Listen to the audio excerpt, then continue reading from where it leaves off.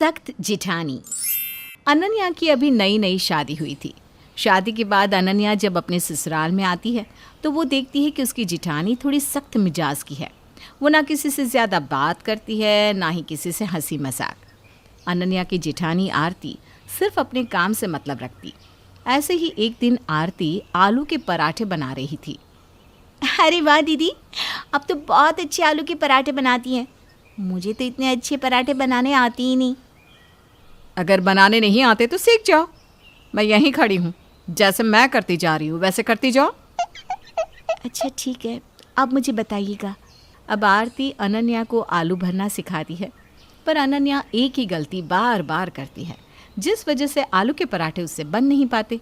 ये देखकर आरती को अनन्या पर गुस्सा आ जाता है। तुम्हारे घर वालों ने तुम्हें खाना बनाना नहीं सिखाया क्या, जो तुम एक ही गलती बार बार कर रही हो?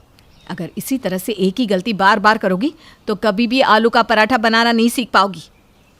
आखिर सारी जिंदगी मैं तो तुम्हें बनाकर नहीं खिला पाऊंगी आलू के पराठे।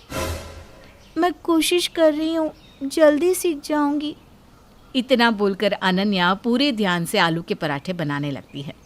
अनन्या को पराठे बनाते देखकर आरती वहाँ से चली जाती है। अपनी जिठानी का इतना सख्त मिजाज देखकर अनन्या घबरा जाती है। वो अपनी जिठानी से डर डर के ही बातें करती। ऐसे ही एक दिन आरती मार्केट से सब्जी लेकर आती है और घर में आते ही अनन्या से कहती है, बाहर आंधी तूफान चल रही है, मौसम बिगड़ा हुआ है। तुम्हें इतना भी अंदाजा नहीं है कि छत पर सूखे कपड़े रखे हैं, उन्हें उतार कर ले आऊं? क्या मौसम खराब हो चुका है? मैंने ध्यान नहीं दिया। मैं अभी कपड़े उतार कर ले आती हूँ। इतनी ज़्यादा लापरवाही अच्छी बात नहीं है। अब तुम्हारी शादी हो चुकी है, रहने दो। आ चुकी हूँ मैं। ये सब्जी रसोई में रख दो, मैं कपड़े खुद उतार कर ले आऊँगी। आरती सब्जी का थैला अनन्या के हाथ में दे देती है और खुद छत पर कपड़े उतारने के लिए चली जाती है। उसी वक्त कांता बाहर आती है और अनन्या को इतना घबराया हुआ देखकर पूछती है, अरे अनन्या बहू, तू सब्जी लेकर हॉल में क्यों खड़ी है? अरे इतनी डरी हुई क्यों है? कोई भूत देख लिया क्या? नहीं माँ जी, वो बस। इतना बोलकर अनन्या सब्जी रसोई में ले जाती है। तभी कांता की नज़र छत पे जाती हुई आरती पर पड़ती है।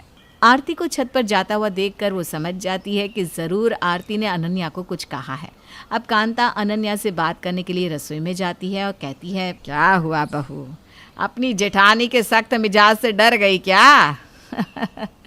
बड़ी बहू बस ऊपर से सख्त है, अंदर से बिल्कुल नरम है। जैसे नारियल होता है ना, ऊपर से सख्त अंदर से नरम। इसलिए तू उससे डर मत, वो बस ऐसी ही है। शायद आप बिल्कुल ठीक कह रही हैं माँ जी। मैं बेकार ही जेठानी जी से डर रही थी। वैसे शाम होने को है, मैं खाना बनाने की तैयारी कर देती हूँ। कांता के समझाने पर अनन्या का डर अपनी जेठानी के लिए थोड़ा कम हो जाता है। पर कुछ भी काम करने से पहले अनन्या डरती कहीं उससे गलती ना हो जाए और उसकी जेठानी उस पर बरस ना पड़े, इसलिए वो कोई काम ही नहीं करती। और जब सारे कपड़े उतार कर आरती आती है तो अनन्या अपनी जेठानी के हाथ से सारे सूखे कपड़े ले लेती है। दीदी आप रहने दीजिए, आप और कितना काम करेंगी? मैं खाली बैठी हूँ, आज सारे कपड़े मैं इस्त्री कर देती हूँ। ठीक है, अगर तुम इतना ही बोल रही हो तो आज तुम इस्त्री कर लो, पर ध्यान से इस्त्री करना। इतना बोलकर आरती हॉल में बैठकर टीवी देखने लगती है और अनन्या कपड़े प्रेस करने लगती है।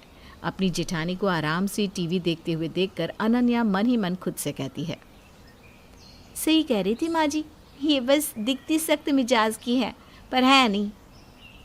पर माँ जी ने एक चीज़ गलत कह दी, ये अंदर से नर्म तो नहीं है, बिल्कुल लल्लू है, लल्लू। अनन्या भूल जाती है कि वो कपड़े प्रेस कर रही है और एक टक अपनी जेठानी को देखकर उसके बारे में मन ही मन बातें करने लगती है। और इसी बीच अनन्या से आरती की महंगी साड़ी जल जाती है। ये जलने की बदबू कहाँ से आ रही है? कहीं ये मुझसे जल तो नहीं रही, क्योंकि मैं कभी भी घर के काम करने से पीछे नहीं हटती। ये जलने की बदबू? अनन्या, तुम्हारा अरे अनन्या, तुम्हारा ध्यान किधर है? तुमने मेरी इतनी महंगी साड़ी जला दी। इतना बोलकर आरती जल्दी से जाती है और प्रेस खड़ा करके अपनी साड़ी को हाथ में लेकर अनन्या को उसकी गलती के लिए डांटने लगती है। तुम छोटी बच्ची हो क्या? हमेशा कोई ना कोई गलती करती रहती हो। आखिर तुम्हारा ध्यान किधर था? इस तरह से कपड़े प्रेस किए जाते हैं क्या? हे भगवान, मुझसे इस चुड़ैल की साड़ी ही क्यों जली? किसी और के कपड़े जल जाते। दीदी माफ़ कर दो, गलती हो गई। अनन्या अपनी जेठानी की बातें सुनकर डर जाती है और घबराहट में गर्म प्रेस पर हाथ रख देती है, जिस वजह से उसका हाथ भी जल जाता है। ये देखकर आरती को अपने कहे शब्दों पर अफसोस होता है और वो अपनी साड़ी को छोड़कर अनन्या का हाथ पकड़ लेती है। तुम ना सच में पागल हो। तुम्हारी शादी हो गई है, तुम अब इस घर की बहू हो, फिर भी बच्चों की तरह हरकतें करती हो। मेरी साड़ी जला दी और अब अपना हाथ। कितना दर्द हो रहा होगा। चुपचाप मेरे साथ किचन में चलो। आरती अनन्या को अपने साथ किचन में ले जाती है और ठंडे पानी में उसका हाथ बहुत देर तक रखती है ताकि उसकी जलन कम हो। अपनी जेठानी का ये प्यार देखकर अनन्या की सारी गलतफहमी दूर हो जाती है। वहीं दूसरी ओर आरती जल्दी से जले हुए हाथ पर लगाने के लिए दवाई लाती है और अपने हाथों से अनन्या के जख्मों पर दवाई लगाती है। तुम इस घर की बहू हो, थोड़ी सावधानी से काम किया करो ना। देखो कितना हाथ जल गया। अब जब तक हाथ ठीक ना हो जाए घर के किसी भी काम को हाथ मत लगाना। दीदी अब बहुत अच्छी है। आप ऊपर से जितनी सख्त है अंदर से उतनी ही नर्म। मुझे माफ़ कर दीजिए, मैंने आपकी इतनी महंगी साड़ी जला दी। मेरे सामने भोले बनने का नाटक मत करो। मुझे इस तरह के नौटंकी वाले लोग बिल्कुल पसंद नहीं। जितना बोला है उतना करो और अपना ख्याल रखो। जाओ जाकर अपने कमरे में आराम करो। आरती अनन्या को आराम करने के लिए कहती है और खुद घर के सारे काम करती है। ये देखकर अनन्या को बहुत दुख होता है क्योंकि उसने अपनी जेठानी के बारे में गलत सोचा। कुछ देर बाद कांता आती है और वो देखती है कि आरती अकेले ही घर के सारे काम कर रही है। अरे आरती बहू, अनन्या बहू से आप कौन सी गलती हो गई जो तूने उसे इस घर के काम से दूर कर दिया? आपकी प्यारी बहू हाथ जलाकर बैठ गई है। अब ऐसे में इसे घर के काम कैसे करने दूँ? उसे दर्द नहीं होगा क्या? और देखो 2 दिन हो गए, पट्टी भी नहीं बदली। मैं बदलूँ तो ही बदलेगी।